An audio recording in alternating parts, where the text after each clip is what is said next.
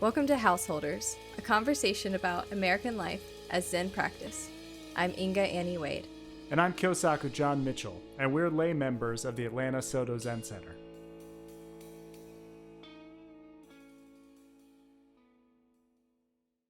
I'm interested in the whole idea of like looking weird doing practice in public. Is that like hard for you to handle? Well, that I just feeling? know that I'm making people uncomfortable, and that's not like ideal. How uncomfortable though? Well, at least maybe a little uneasy because they don't know what I'm doing. That just doesn't seem like that big of a problem to me. I almost wish more people were doing things that were bizarre in that way so that people would get used to people being, different from each other. I do too. And I would hope that they, maybe they think that's weird, but it looks like they're doing something that's, not hurting anybody. So that should be okay then. But I don't know. Maybe even people might think that you're on drugs or something. You're like walking around like, just balance on this invisible beam over here. Yeah. Right. I mean, I guess that would be one of the default exceptions.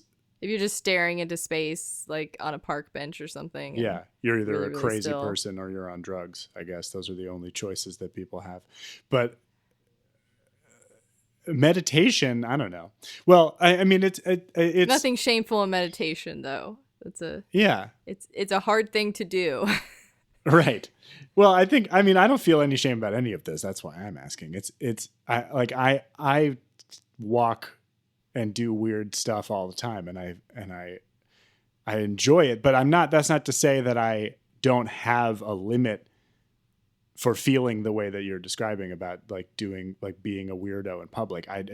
Maybe it's like a higher limit, like a higher pain tolerance for it. But I definitely, or maybe it's just that there's certain sensitive areas in each of our lives, like certain kinds of expression that are painful for us to be seen doing in that way. Cause like I have a lot of trouble wearing Jewish, like garb, like symbols in public, and there's complicated reasons for that. And there's not a lot of the many like forms of dressing in a customary Jewish manner. Not very many of them appeal to me because a lot of them are indications of Orthodox observance or requirements of Orthodox observance that I don't hold to at all. But like the idea of wearing a kippah on my head, like I've tried that in a few different phases for like months or a year at a time. In Israel, when we were in Jerusalem for a year, I did it almost all the time. And that was not weird. A lot of people do it there. Yeah. So it's social norm. I mean, it's kind of like wearing a cowboy hat or actually it's more like wearing a baseball hat. In America, it's like what I mean is it's like dressing up like a thing that people recognize, more than, because like not everyone is wearing one, but if you're wearing, that's why I said cowboy hat. It actually is kind of more like a cowboy hat than a baseball hat. Well, I mean, I don't know of many people who wear cowboy hats here, but if you go to Texas, there's like a lot of people who wear cowboy hats. Yeah, that's what I mean. But even so, like if you were in New York City wearing a cowboy hat, people would be like, hey, he's wearing a cowboy hat. And so like very much the same way, like if you were in Tel Aviv with a bunch of 22-year-olds who think religion is dumb and you were wearing a kippah, they would be like, oh, look, it's a religious guy. Like it's a recognizable thing. Whereas in America, it's like, oh, look, it's a Jew, which is a really different feeling. And so like, that's not actually the only feeling that I have that gives me, cause like, I actually want to push myself on that. Like I want people to encounter Jews and be like, I saw a Jew today. Like to me, that's progress, and like, as somebody with like the physical privilege and security of the sort of white male body that I have, able body that I have, young body that I have, I feel like I can take the threat, because it's mostly in my head anyway, which is not to say that I've never been threatened in public for being Jewish, which is related to this, but it's still rare and nothing bad has ever happened to me. But like, that's just on one level. The other level is signaling religiousness as a Jewish person does have expectations from other Jews about the kinds of stuff that you do. And like if I go into a restaurant that's not a kosher restaurant, like I'm doing something bad from a religious Oh, Jewish I see. standpoint, and I eat in restaurants that are not kosher restaurants almost exclusively. So like it's you know, I do order specific things because of my own observance. You know, like I don't eat pork, but Yeah, yeah. but that doesn't matter. You know, like you can't eat at a non-kosher restaurant as an Orthodox I Jew. see what you're saying. So like there's actually a religious principle about that. We're not supposed to give other Jews the sense that it's okay to do stuff that's not okay. So wearing a And it, kippah it into a non-kosher does kind restaurant. of, it is different in Buddhism because, I have heard, you probably don't want to be signaling to people that you're Buddhist. Right. Keep your light under a bushel. This is Yeah, a so Matsuo Kuroshi I thing. don't know about like signaling to people in a religious manner. I will wear funny things though. That doesn't really bother me as Uh-huh. much. You mean just So like outfit wise? yeah, like I don't think for some reason the way I dress doesn't really like make me as uncomfortable as maybe the way I'm acting. Uh-huh. Uh-huh. Okay. So that's hmm. I'm wondering how related these things are because it's like certainly in the case that I'm describing, the wearing a kippah, it's like how I'm dressed. I mean, it is in contrast with how I'm acting, but the thing is, I'm acting the way that's normal for me. I'm dressing in the way that's outrageous for me. Yeah, I mean, I think dressing like a Buddhist, I'm not really sure what that would mean, except for as if you had like the actual robes and everything. But Right. I think at that point, I would be more worried that people would be offended for cultural appropriation, which isn't exactly right in this context. Mm. But people don't know. So, I mean, Right. if you went to like if I went to Japan, and I would definitely wear the kimono. They like it when you do stuff there, but here it has a different context. It's like Right. you're wearing someone else's culture. Yeah, every culture is different in this way, I think. And yeah, Japan is really interesting. I think that there's a lot of nuance missing from the conversation within American Buddhism about cultural appropriation, about that, because there's a pride to me, like what I've encountered mostly from Japanese people uh, about what like Westerners practicing Zen and engaging in Zen forms is pride in the forms, like honor, Yeah. like not on. They're not like personally honored. It's just more like, yeah, of course, Japanese stuff is the best. Well, that's why I was saying I don't think it's exactly cultural appropriation, because if anything, if you were to ask like Japanese Buddhists, they would probably say we're not appropriating enough of the culture. Yeah, well, right, yeah, exactly, right, because like the Japanese way to do it is the best way. So like, why would you do it in this sort of half-assed American way? Right, exactly. Yeah, so that might be where the offense comes in. Like you're not doing exactly like how we would do Uh it. huh. That's a good point. Yeah. So it's but in any case, that's all very complicated, and like going out in public and creating complicated impressions like that does feel like pressure. I want to know more about where that comes from for you, or like how long uh, you remember that being a kind of form of self consciousness. That because like I definitely came into that kind of self consciousness. Like I didn't have it at first. Like there are stories my parents tell about the one in particular I'm thinking of is a raincoat. I wanted a pink raincoat when I was in kindergarten. Oh yeah. They handed me the catalog and they were like, which one of these $5 silicone raincoats do you want? And I was like, I want the pink one. And they decided not to get it for me. They had this was like it's so funny, like being a parent of little children now and thinking about the sort of cultural dilemmas that I have about gender stuff and culture of any kind, and comparing it to this situation that my parents had in 1992 of like, Yeah. are we allowed to send a boy into school wearing a pink raincoat? And they decided no.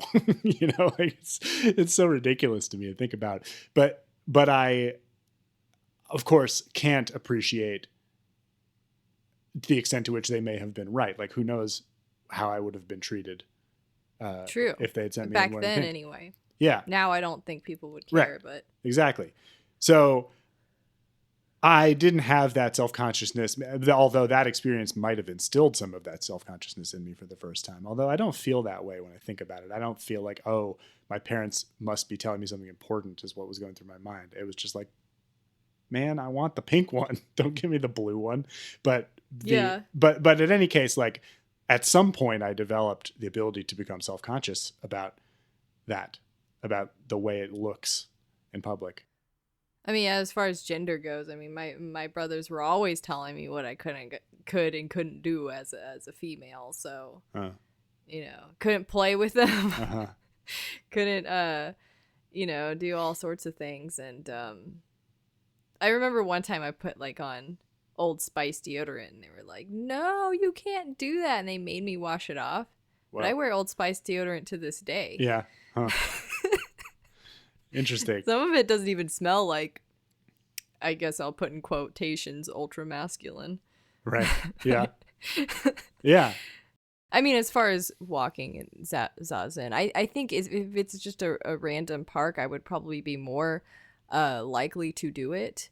But in this context where it was a Saturday and Ian was at work and I was hanging outside doing Zazen and both walking meditation, Zazen. I guess that's not Zazen, but whatever. Tinhin.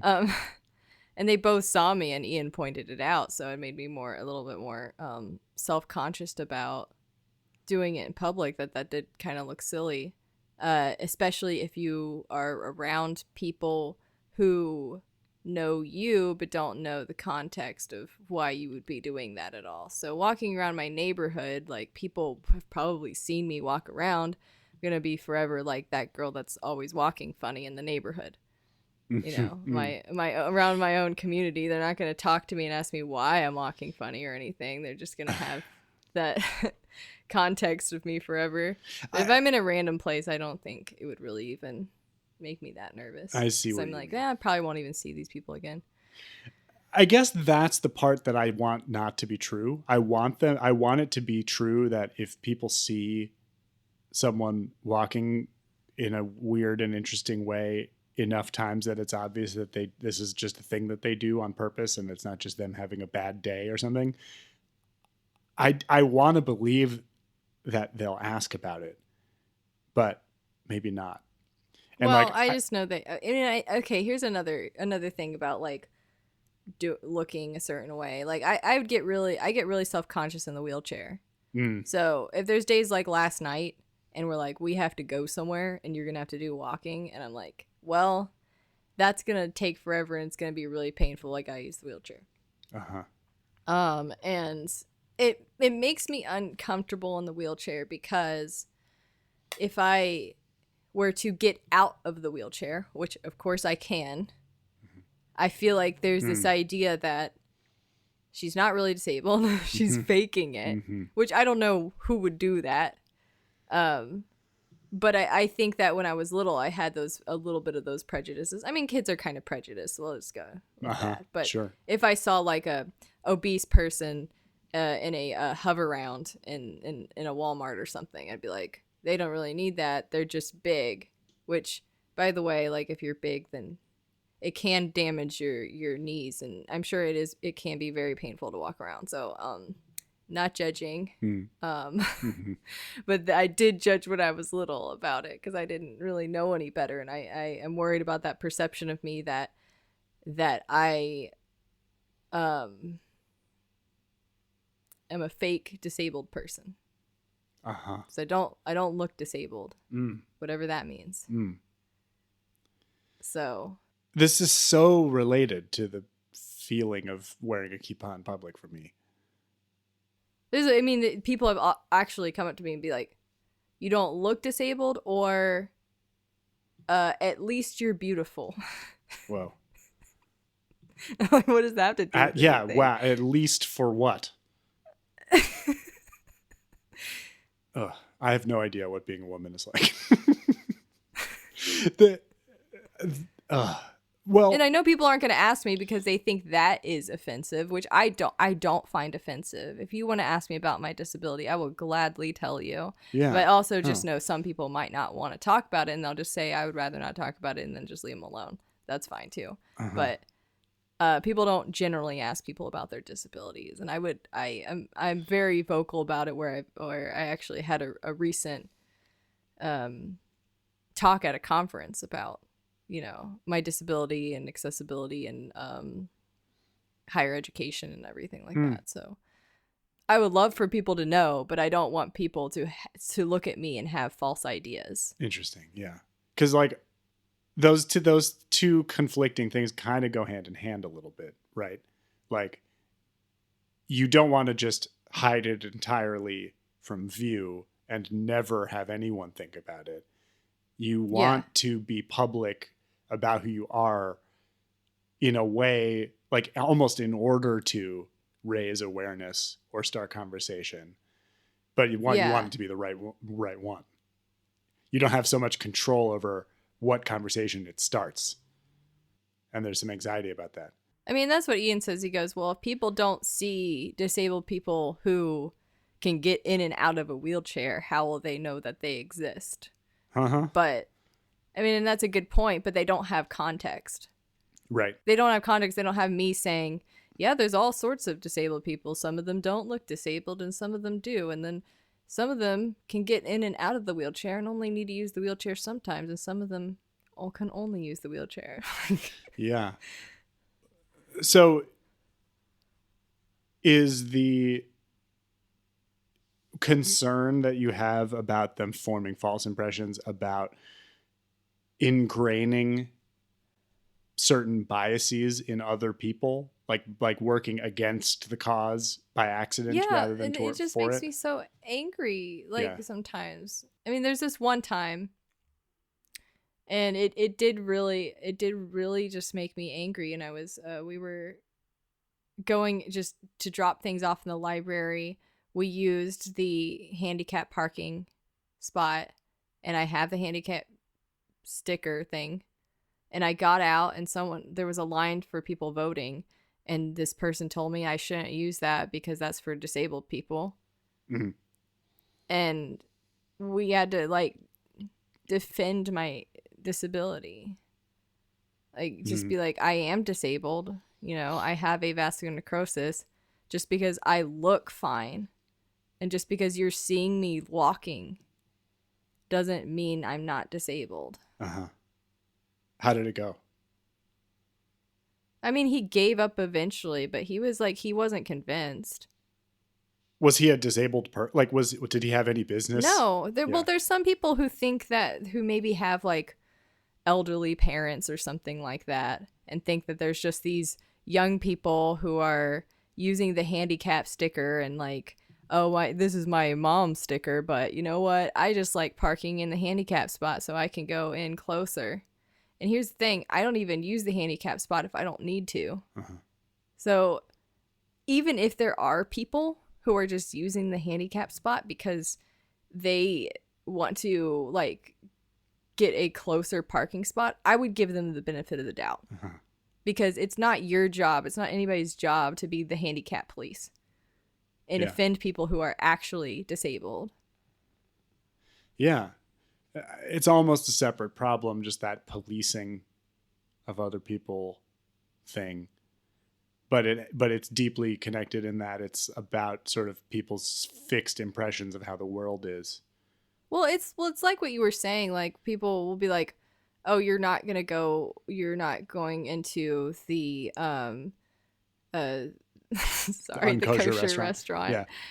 And I mean, maybe they don't say that physically to you, but maybe something's happened where that's maybe some of them are thinking that. Well, it's just about knowing Jews.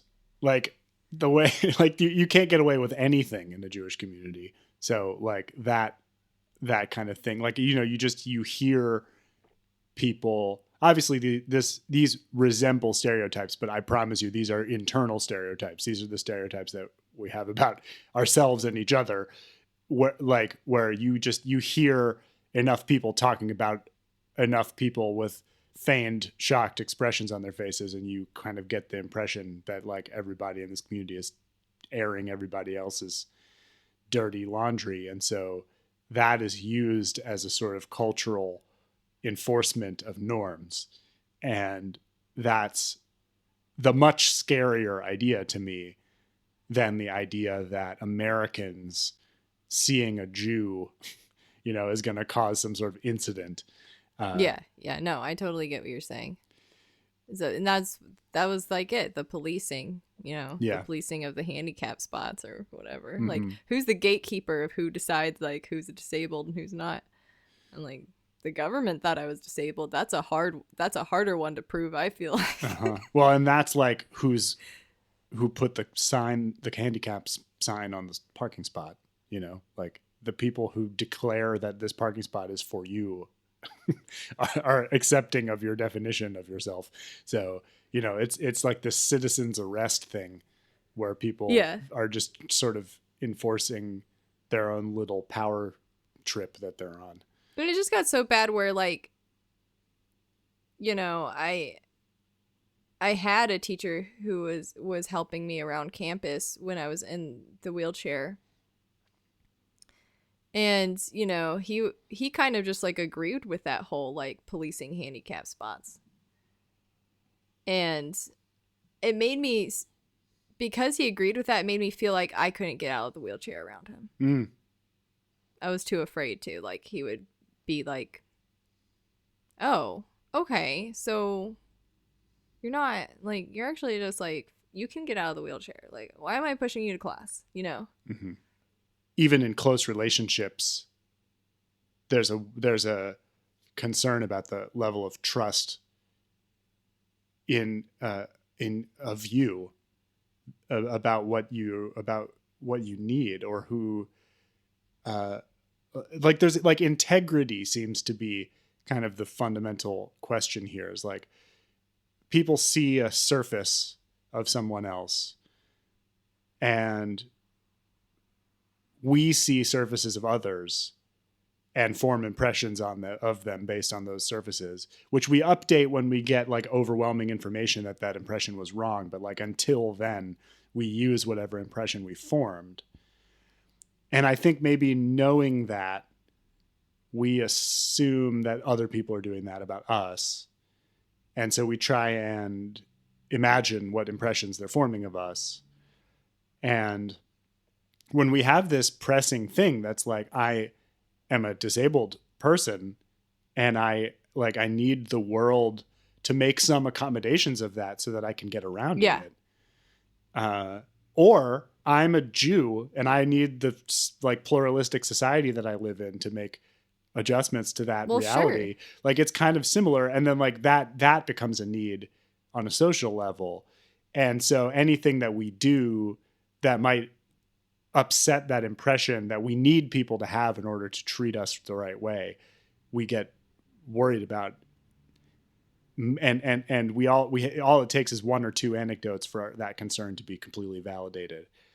And the question, I think, is like, how do you have integrity in your own personal complicated way of being that extends all the way out to the impression that people are forming of you when they can't know you all the way? I don't always feel like that with Buddhism, because I do think that if you say you're a Zen Buddhist, like there is sort of a positive connotation to Zen. There's all these like words and phrases that are related to Zen that just mean like peaceful to people, like calm and rational and peaceful. Right. And that's, I mean, I think that's nice that we have the privilege of having those words associated with our religious affiliation, I think that there's still, I think with any religion, you're going to have people have misconceptions about it, though. Yeah. About what that actually means. Like, for example, I think the biggest misconception is that we believe Buddha is God. And I think that it actually would be easier for Christians to accept us knowing that we don't think that Buddha is God. Uh-huh. And that we're not really that concerned with God in general. Like, it's okay if you believe in God and you're Buddhist, and it's okay if you don't believe in God and you're Buddhist. Or it's okay if you don't know. Mm-hmm. It's not really that concerning. Although I guess it could make him a little more concerned that that's not the front and center of the religion. But Right. Well, it's just like a general truth about people that the more you learn about them in detail, the less of a threat they are. Right. And generally speaking, yeah, I do agree with that. It's that's the trick of this social presentation that we're talking about. It's just like, how do you pack the most truth about who you are into that first impression so that what people perceive is non-threatening? And it begins to sound like a spiritual practice, like a sort of way of carrying yourself to practice that. But there's only so much you can do.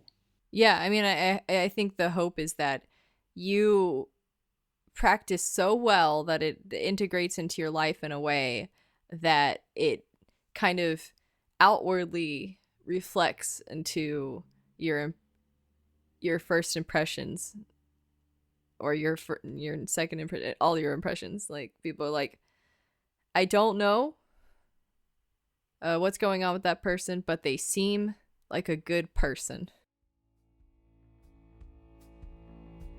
Householders is a production of the Atlanta Soto Zen Center in Atlanta, Georgia, and the Silent Thunder Order. Find us on the web ataszc.org. Our Sangha depends on your support. You can donate by PayPal to donate at storder.org. Gasho.